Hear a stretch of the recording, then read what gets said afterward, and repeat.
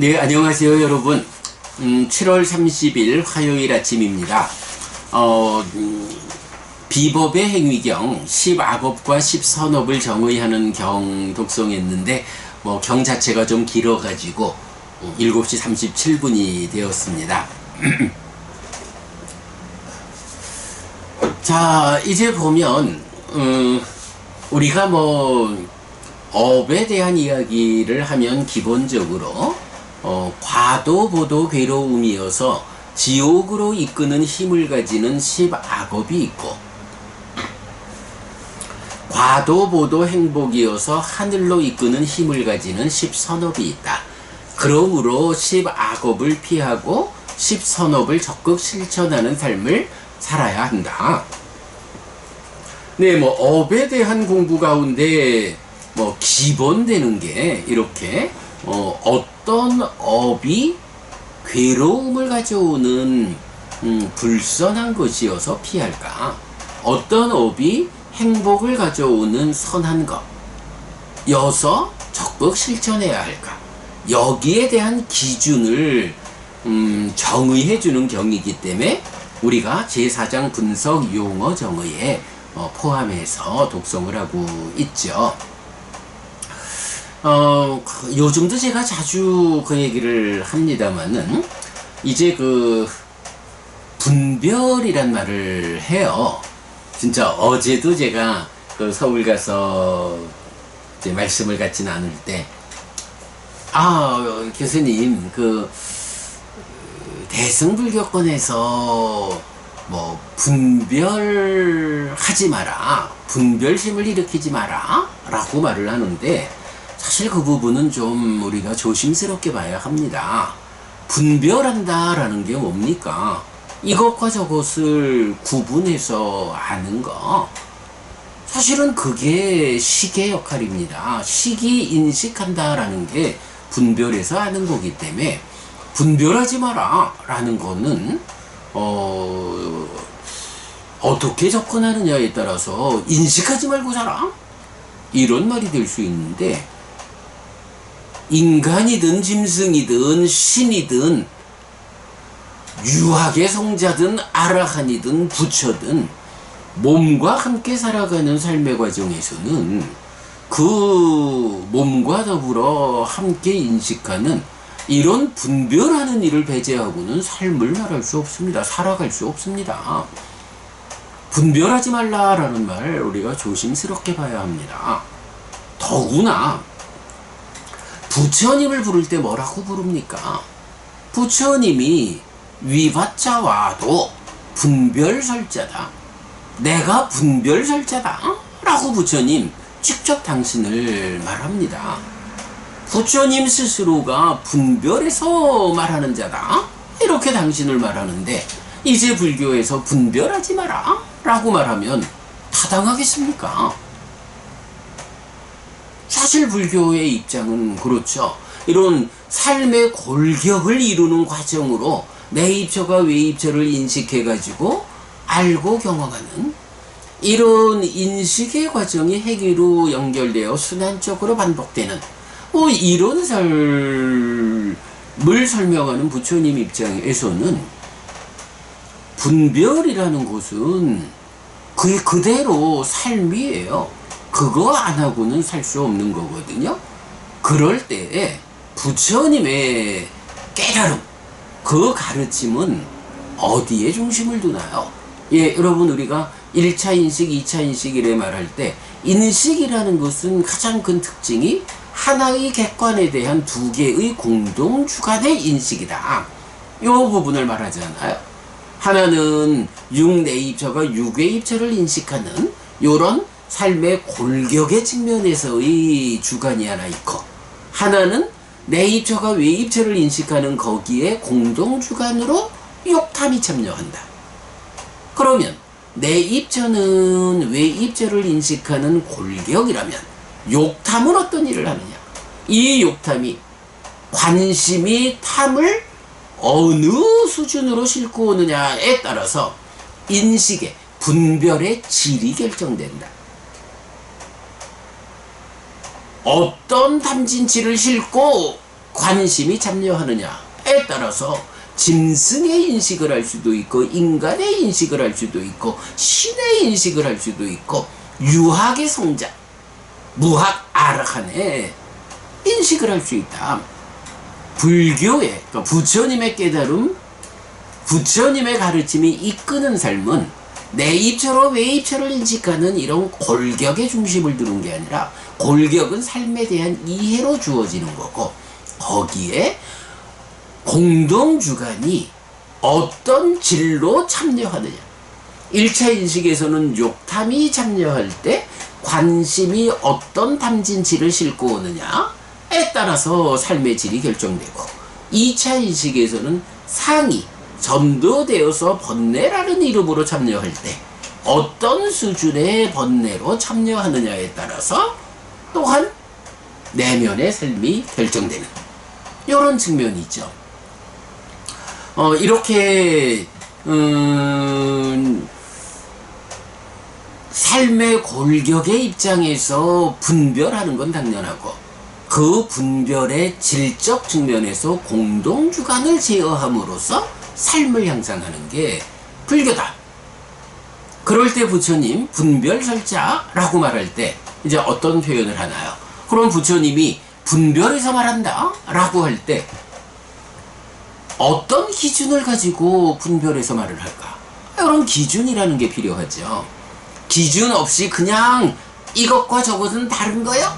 이렇게 분별만 해서 말한다 하면 또 부처님을 말할 수 없겠죠? 그럴 때 이제 부처님은 선언한 것이 있습니다. 부처님은 유익과 무익을 선언했습니다. 이것은 유익한 것이고 이것은 무익한 겁니다. 이것은 유익한 거기 때문에 행복을 만드는 것이어서 삶을 향상으로 이끕니다. 이것은 무익한 것이기 때문에 괴로움을 만들어서 삶을 퇴보로 이끕니다. 라고 유익과 무익을 선언했다. 옳고 그름의 판단 기준을 부처님은 선언했다. 분별설자라는 말은 이런 깨달음에 의해서 선언하신 바 옳고 그름의 판단 기준 위에서 매 상황마다 그러니까 삶의 과정에서 마주치는 그러한 상황마다 이 선언된 기준에 비추어 분별해서 말한다. 요게 분별설자인 부처님이거든요. 사실은 이제 이런 주제를 말하면 뭐 노자라는 스승, 공자라는 스승 이런 부분도 사실은 연결되는 게 있죠. 뭐 우리가 옛날에 그 최진석 그 서강대에 계시던 최진석 교수 그분의 이제 EBS 인문학 특강에서 현대 철학자 노자 이 강의를 제가 다 듣고 니까야의 입장과 이렇게 견주어서 좀 강의한 적도 있는데 그때 보면 이런 표현이 있어요. 공자라는 스승은 기준을 제시한다는 거예요. 이것은 옳고 이것은 그르다. 그러므로 그른 것을 피하고 옳은 것을 행하라. 라고 공자라는 스승은 기준을 제시하는데 거기에 비해서 노자라는 스승은 안 된다. 그렇게 옳고 그름의 판단 기준을 이것은 옳고 이것은 그르다 라고 선을 그어서 제시하면 그것이 또한 폭력이 된다. 그래서 옳다 그르다의 판단 기준이 제시되면 안 된다. 이렇게 노자라는 스승은 말을 한다. 그게 뭐 논어가 가지는 방향과 도덕경이 가지는 방향 이런 차이다. 이제 이런 이야기를 최진석 교수 하시면서 참 그 노자가 기준을 배제하는 상황마다 뭐 이런 의미가 되겠죠. 그럴 때 이제 제가 그 부분에 대해서 언급한 게 뭐냐 하면 기준이 없다라는 것은 사실은 우리 같은 사람들이 살아가는데 어떻게 살아야 합니까? 우리가 얼마나 지적 수준이 높아가지고 그저 우리가 스스로 판단해가지고 이거는 옳다, 이거는 그르다 라고 해서 행위하고 행위하지 않는 것을 스스로 결정할 것인가? 우리의 지적 수준이, 삶의 질이 그렇게 높은가? 라고 할 때 사실은 그러지 못하다라는 것을 고백해야 하잖아요. 그래서 사실은 스승이 필요하다라는 것은, 스승님, 제가 이런 행위를 해야 하는지 하지 말아야 하는지, 제가 이걸 하면 잘하는 것인지 잘못하는 것인지 스승님이 좀 가르쳐 주십시오. 할까요 말까요? 이런 질문에 대해서 답해주는 스승이 필요하다. 그런데 사실은 노자라는 스승이 기준이 폭력을 부름으로 불과하다 라는 말씀도 사실은 틀린 말은 아니에요. 우리가 스승에게 제가 판단하지 못하겠는데 스승께서 판단해 주십시오. 할까요 말까요? 이래 말했을 때 과연 그 판단의 기준을 제시한 공자라는 스승이 삶에 대한 완전한 깨달음, 완전한 알에 의해 가지고 완전한 부작용이 없는 기준을 제시했느냐? 몇천 년 동안을 한반도가 공자님을 스승으로 섬기는 그 역사가 이어져 왔지만, 아마도 그 공자님이 옳고 그름의 판단에서 100% 부작용 없는 기준을 제시했다 라고 보는 사람이 있을까 모르겠어요. 노자께서 지적한 건 바로 그 부분이죠. 완전하지 못한 상태에서 기준이 제시되면 이 기준에 따르는 위험이 있다, 부작용이 있다. 그러므로 그런 기준은 불가하다. 이렇게 말하는데, 자, 그래서 이제 불교 신자에게 믿음이 얼마나 중요한가? 라는 말을 제가 자주 하죠. 그 믿음이라는 게 뭔가요? 성스러운 제자는 믿음을 가졌다. 아라한 정등강 내지 불세전이라고 열의 구덕, 부처님의 9가지 덕성의 관점으로 부처님과 열애의 깨달음을 믿는다 라고 해서, 우리 스승이 누구냐? 정등각이요. 완전한 깨달음을 성취한 분이요. 그래서 완전한 깨달음에 의해서 설해진 그의 가르침은 완전한 가르침이요. 요게 불교 신자가 가지는 믿음이잖아요. 이런 믿음 없이는 불교는 한 발짝도 다른 방향으로 뛰지 못한다 라는 거잖아요.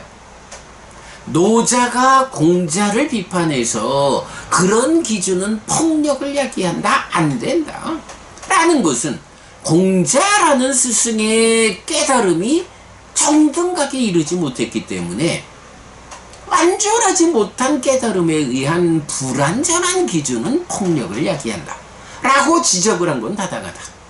그러나 노자께서도 부처님에 대해서 만약 두 분이 만났다면, 두 분이 대화했다면 부처님에 대해서 기준이 안 됩니다, 기준을 설정하면 안 됩니다 라고 말하지 못했을 것이다. 왜냐하면 부처님은 완전한 깨달음, 부작용이 없는, 위험하지 않은 기준을 제시하기 때문이다. 이제 이런 관점을 우리가 보아야 하죠. 이게 불교 신자의 믿음이죠. 이렇게 유익과 무익을 선언한 위에서 분별에 서서라는 분으로의 분별설자 부처님, 이런 내용에 대해서 우리가 좀 정확히 알면 분별하지 마라, 분별심을 가지면 안 돼 라고 분별 자체를 거부하는 그런 표현은 삼갈 수 있게 되겠죠. 물론 그 부분도 왜 그렇게 말하느냐를 설명할 수는 있어요. 우리가 연기, 12연기를 말할 때 번뇌로부터 출발하는, 무명으로부터 출발하는 거기 때문에 연기에 속한 단어들, 식도 또 무명 위에 있는 무명의 조건 지어진 식이고, 존재도 무명의 조건 지어진 존재고, 존재라고 말을 해도 그게 무명에서 벗어난 아라한은 포함하지 않고, 뭐 이제 이런 가르침의 입장을 보면 분별하지 마라는 것이, 그 분별 자체가 번뇌의 영향 위에 있는 중생들의 삶으로서의 분별이요, 번뇌의 영향을 받은 분별을 하지 않아야 돼, 이런 말을 이제 그렇게 한다라고 이해할 수는 있겠지만, 그러나 중생들의 언어의 측면에서 분별하지 마라고 하는 것은 번뇌의 영향 위에 있는 유의적 분별을 행하지 마라, 이렇게 이해하기는 어렵죠. 일단은 분별이라는 말 자체가 가지는 고유한 의미가 있어서 이건 그런 부분 이제 우리가 좀 깊이 생각해야 하죠. 자, 오늘 비법의 행위경은 이제 이런 그 정등각인 스승 부처님께서 옳고 그름의 판단의 기준을 제시하는데, 그 기준을 행위, 업의 관점에서 제시하는 경인 거죠. 그래서 우리가 행위를 어떻게 하나요? 몸과 말과 마음으로, 신구의 삼업이잖아요. 그럴 때 몸의 행위와 말의 행위와 마음의 행위를 제각각 놓고, 이런 몸의 행위에서 괴로움을 부르는 불선, 무익의 행위는 어떤 것이 있을까? 또한 행복을 가져오는 유익, 선의 행위는 어떤 것이 있을까? 라고 세 가지로 몸의 행위를 정의해 주죠. 살생, 투도, 사음, 불살생, 불투도, 불사음. 그래서 구체적으로 살생, 해친다라는 것은 어떤 행위가 해치는 행위냐 라고 구체적으로 정의해 주죠. 용어 정의에 포함된 거죠. 마찬가지 말을 하는 데 있어서도 네 가지로 분류해서 불선, 무익의 말의 행위는 어떤 것이냐, 유익, 선의 말의 행위는 어떤 것이냐 라고 해서 망어, 양설, 악구, 기여, 불망어, 불양설, 불악구, 불기여, 이렇게 해서 그 자체를 자세하게 정의해 주죠. 그런가 하면 마찬가지 마음의 행위의 업에 대해서도 불선, 무익인 간탐진의 사견, 무익, 선인 불간탐, 부진의 정견, 이것에 대해서 이것이 무엇이다, 간탐이라는 것은 무엇고 불간탐이란 무엇이다 라고 정확히 정의해주는, 네, 이렇게 옳고 그름의 판단 기준, 유익과 무익의 선언 위에서 분별해서 설하는 분별설자인 부처님, 그 맥락에서 업에 대해서 몸과 말과 마음으로 하는 업, 그래서 어떤 업이 무익 불선이어서 몸이 무너져 죽은 뒤에 상실과 비탄의 상태, 비참한 존재, 벌받는 상태, 지옥에 태어나게 되는가, 어떤 업이 유익선이어서 그러한 업의 결과로 몸이 무너져 죽은 뒤에 좋은 곳 하늘 세상에 태어나는가, 이 질문에 대한 구체적인 대답을 주고 있죠. 네, 그렇게 보시면 되겠고, 이제 책에 보면 269쪽 업의 해석, 그리고 사무량심과 사서법의 도식적 이해라고 해서 업을 신구의 삼업으로 나누고 고와 락으로, 시박업과 십선업, 이때 신업, 구업은 남에게 전달되는 외적인 행위고, 의업은 내적인 행위와 시각으로, 그 밑에 심이 있고, 그럴 때에 고를 락으로 바꾸는 포괄적인 게 8정도고, 십악업을 십선업으로 바꾸는 단계에서 사무량심과 사서법으로 표현하고 있죠. 이런 그림 잘 설명하고 있고요. 자, 요렇게 오늘 업에서의 옳고 그름의 판단 기준, 노자라는 스승이 공자라는 스승을 기준을 제시했다라는 점에서 비판할 수 있지만, 정등각인 부처님에 대해서는 그 기준이 제시됨은 타당한 것이고, 이렇게 기준이 제시되어야 제자들인 우리가 부처님이 옳다고 하신 것을 따라 행하자, 부처님이 그르다고 행한 것을 피하자, 버리자, 이렇게 삶에서 효율적인 삶을 살 수 있다. 이런 점에서 노자도 부처를 비난하지 못한다. 이런 부분까지 같이 말씀드렸어요. 뭐 이런 내용들 이제 초기불교 101법문에서 이제 또 설명하고 있고요. 네, 그렇게 보시면 되겠습니다. 네, 여러분, 오늘도 부처님의 언어로 부처님의 가르침을 독성하면서 하루를 잘 시작했습니다. 잘 시작한 오늘 하루 여러분 내내 편안하시고 이익과 행복을 쌓는 시간 되시기 바랍니다. 함께 해주셔서 고맙습니다. 여러분, 행복하십시오.